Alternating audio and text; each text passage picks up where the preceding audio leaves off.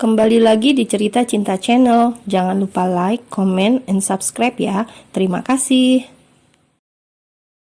Bima, tunggu, panggil Bintang saat melihat kekasihnya hendak memasuki mobil. Tentu saja ia bersama dengan Tania.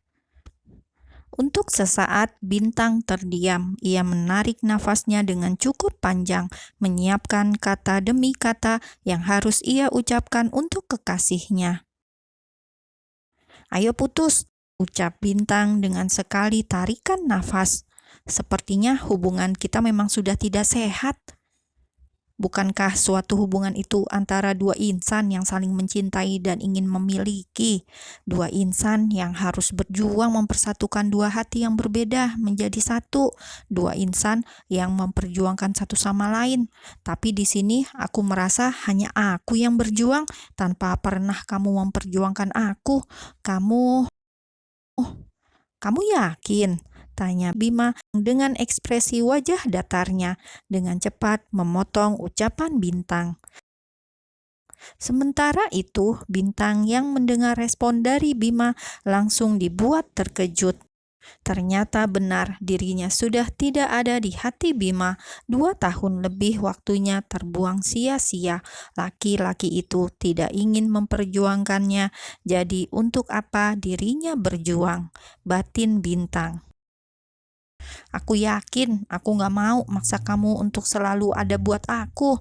Dan juga aku juga gak mau menjadi penghalang di antara kalian. Have fun. Semoga kamu bahagia dengan yang baru. Dan terima kasih atas kasih dan sayang yang sudah kamu berikan pada aku selama ini," ucap Bintang seraya menahan tangisnya. Ia segera berbalik dan pergi meninggalkan mobil Bima. Sungguh hatinya terasa sangat sesak saat permintaannya langsung dikabulkan oleh Bima. Ia tidak menyangka bahwa dirinya tidak berarti apapun untuk laki-laki itu. "Kenapa aku begitu bodoh?" gumam Bintang dalam hati. "Kenapa aku harus mencintai kamu, Bi? Kenapa?" pekiknya dalam hati. "Kamu berubah, atau memang inilah perasaan sebenarnya kamu kepadaku? Tapi kenapa rasanya begitu sakit? Kenapa aku terlalu banyak berharap sama kamu? Kenapa aku harus..."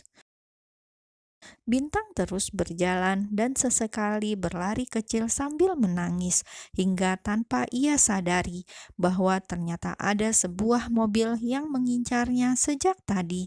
Seorang gadis yang menatapnya begitu marah dan penuh kebencian. "Kali ini lo harus mati," gumamnya dalam hati seraya menatap lurus ke depan di mana Bintang yang sedang merasa patah hati. "Bintang, awas!" teriak seorang laki-laki yang langsung berteriak dengan begitu kencang saat melihat ada mobil yang melaju dengan begitu kencang ke arah Bintang. Namun baru saja Bintang menoleh, tiba-tiba brak! Tubuh Bintang langsung terlempar cukup jauh dari lokasi. Seketika itu juga dirinya langsung memuntahkan darah segar.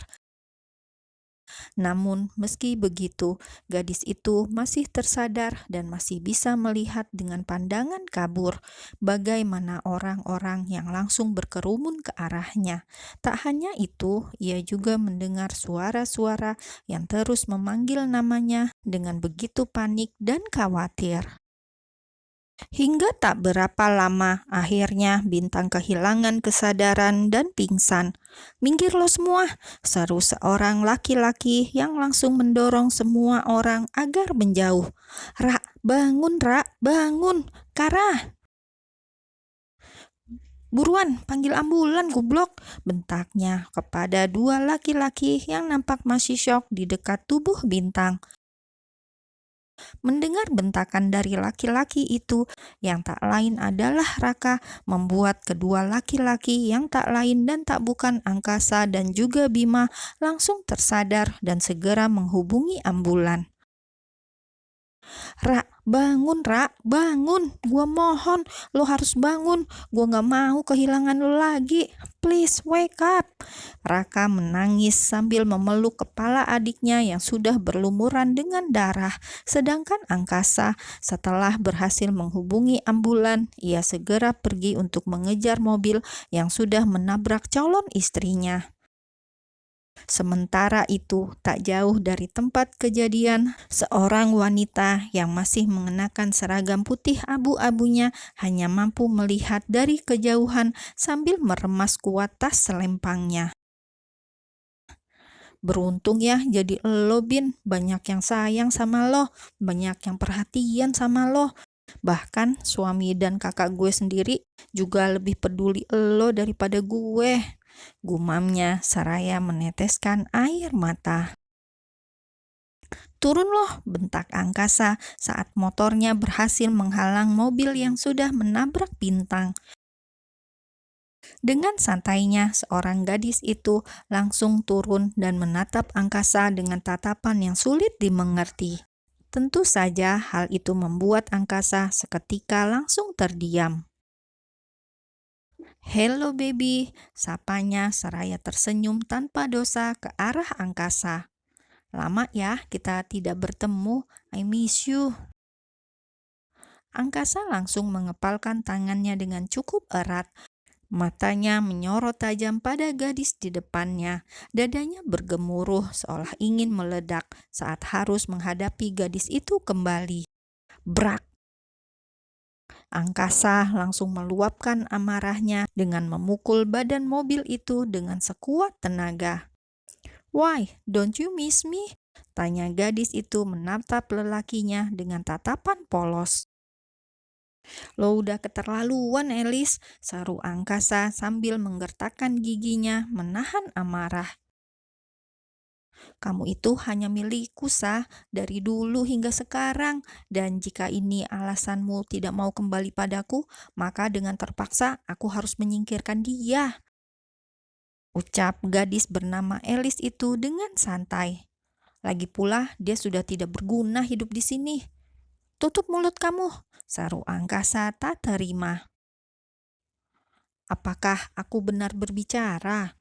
tanya Elis dengan sinis. "Sekarang apa yang mau kamu lakukan, baby? Membawaku ke kantor polisi?